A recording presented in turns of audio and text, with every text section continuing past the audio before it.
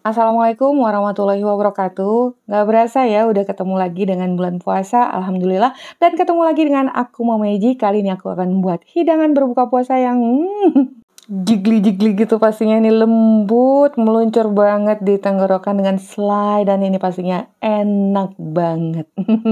Ramah di lambung yang sedang lagi lapar-laparnya setelah seharian kita berpuasa. Oke, nah untuk itu ikut aja ya tutorialnya sampai selesai. Secara audio dan visual dari awal sampai akhir, dan sebelumnya jangan lupa like, subscribe, nyalakan lonceng tipnya, juga komentar. Nah, pada resep ini kalian ikutin aja yang tertulis ya pada layar ataupun kolom deskripsi, karena awalnya aku buat sedikit ternyata masih kurang. Jadi gula pasirnya kalian tambahkan dengan air, dan kita masak dengan api yang sedang cenderung kecil, terus dibolak-balik gini nih, nggak usah diaduk-aduk sampai menjadi karamel dan kekuningan seperti ini, golden brown. Matikan api kompor dan tambahkan dengan air yang panas. Kemudian kita aduk-aduk lagi. Nah, langsung aja ya, harus kita tuangkan pada cetakan. Untuk cetakannya sesuai selera. Boleh yang satu langsung aja ukuran besar juga boleh, yang kecil-kecil gini juga boleh. Nah, kalau udah kita singkirkan terlebih dahulu, lanjut ke bahan berikutnya. Di sini aku gunakan telurnya, ini ukurannya kecil banget ya. Jadi aku gunakan 4, tapi kalau kalian telur itu ukurannya sedang atau besar, cukup 3 butir aja. Kalau udah, tambahkan dengan gula pasir dan kita whisk sampai gulanya setidaknya udah tercampur dengan telur. Nah, ini adalah hidangan iftar sebelum kita makan besar yang paling favorit banget di keluarga aku, karena tuh makannya tuh enak banget, meluncur, cur dan rasanya sangat nikmat. Kemudian kita lanjut nih, air susu. Di sini aku gunakan susu bubuk Fatco yang aku campur dengan air, tapi kan juga boleh menggunakan UHT atau SKM yang dicampur dengan air. Kalau untuk susu ini boleh sesuai selera aja ya. Kemudian karena tadi aku gunakan susu bubuk, jadi aku tambahkan dengan 1 sendok makan SKM agar lebih legit lagi. Nah, kalau udah ini kita masak. Dihangatkan aja kurang lebih 30 detik. Kalau tadi pakai panci yang tadi ya, gulanya itu udah lumar kembali, jangan sampai mendidih. Dan sekarang akan kita tuangkan, terus diaduk untuk cairan telur tadi agar merata. Nanti kalau nggak kita aduk, telurnya tuh bisa berserat-serat. Dan tambahkan dengan 2 sendok makan vanilla ekstrak agar tidak berbau amis. Kalau udah, ini akan aku saring dulu agar hasilnya lebih lembut. Cukup mudah buatnya ya. Bagi yang nggak punya oven, nggak usah khawatir karena ini juga bisa kita kukus. Nanti kalian bisa lihat hasilnya ya. Kemudian lanjut bahan berikutnya, 1 telur ukuran besar. Nah, kembali lagi karena telur aku itu kecil, jadi aku gunakan 2 telur.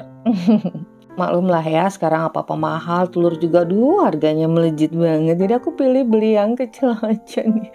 Ini kita aduk dulu pakai whisk, kemudian tambahkan dengan air susu. Dan kita aduk kembali.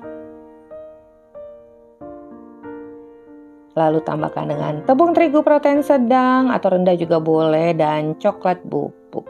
Pasta coklat juga boleh ya. Kalau pasta coklat berarti tepung terigunya tambahkan sedikit lagi sesuai dengan banyaknya coklat bubuk yang kita gunakan. Kalau udah kita singkirkan, lanjut ke putih telur. Ini akan kita buat meringue. Tambahkan dengan 1 sendok makan air, perasan jeruk nipis, dan kita mix dari kecepatan rendah sedang sampai tinggi, dan masukkan gula secara bertahap. Kalau ini 2 kali tahapan cukup ya. Boleh 2, boleh 3. Ini kita mix sampai putih telurnya itu soft peak seperti ini. Jadi jangan sampai still peak, jangan sampai kaku ya. Lembut aja seperti foam. Nih begini. Ambil sepertiga bagian, kemudian campurkan dulu ke bahan tepung. Aduk balik, kita masukkan bertahap agar nggak kaget dan meringuenya tuh nggak turun. Ripe, nggak hilang, nggak lenyap. Kemudian kita aduk balik lagi. Nah, adonan cake coklatnya ini akan aku masukkan ke dalam piping bag. Oke, udah selesai. Sekarang tahapan kita akan menuangkan. Oh ya, di sini akan aku tuangkan air yang panas, kurang lebih sepertiganya aja ya. Nah, kita akan gunakan teknik Alban Mary agar cake-nya itu tetap moist dan lembut, nggak kering. Dan aku tuangkan, sisakan sepertiganya untuk bahan cake. Oh iya, di sini sih aku lebih rekomen jika untuk cetakannya lebih dalam lagi ya. Kalau ini mangkuknya kurang dalam. Nah, kalau udah kita kiceritin aja tuh bagian atasnya dengan bahan cake.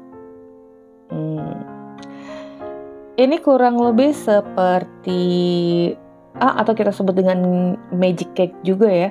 Jadi adonan cake dan cairan itu tidak bercampur. Ini kita oret-oret dulu agar nggak ada gelembung udara di dalamnya. Oven udah kalian panaskan terlebih dahulu ya, dan sekarang kita oven dengan suhu 160 derajat Celcius selama 50 menit atau sampai matang, tentunya sesuai dengan oven kalian masing-masing. Nah, ini ada sisanya. Sekarang bahan sisa ini akan aku kukus. Jadi selain kita oven juga bisa dikukus ya, siapkan kukusan. Tapi bedanya bahan telur ini kita kukus dulu sampai set permukaan atasnya kurang lebih 25 menit atau kalian bisa dites aja nanti ya. Oke, itu kita kukus dulu dan ini hasil yang kita panggang. Di sisir tepiannya aja untuk bahan cake-nya, kemudian kita tumplekkan. Boleh dipuk-puk bagian atasnya agar terbuka lebih mudah. Nah, ini dia hasilnya. Kalian bisa lihat tuh. Jigli-jigli dan pastinya ini lembut sekali. Nah, di sini aku ya lebih rekomen jika kalian menggunakan wadah yang agak lebih dalam lagi. Jadi hasilnya itu lebih seperti dome, lebih cakep gitu. Nah, maklumlah ini kan untuk hidangan sendiri ya. Kecuali kalian untuk jualan juga bisa menggunakan aluminium cup. Nih dia nih hasilnya, kalian bisa lihat. Ini belum aku simpan di chiller. Lebih enak lagi kalau kalian simpan di dalam chiller. Jadi kalian tumplekkan itu ketika sudah tidak panas lagi ya. Tuh. Coba kalian bayangkan gimana udah bisa nggak merasakan betapa lembutnya dan nikmatnya hidangan iftar atau untuk berbuka puasa. Nah ini ya kita tes dulu tuh bagian permukaannya itu udah set, udah terbentuk selaput, kemudian kita letakkan sisa dari bahan cake dan kembali kita kukus sampai matang 15-20 menit. Api sedang cenderung kecil ya, tapi nggak terlalu kecil sih.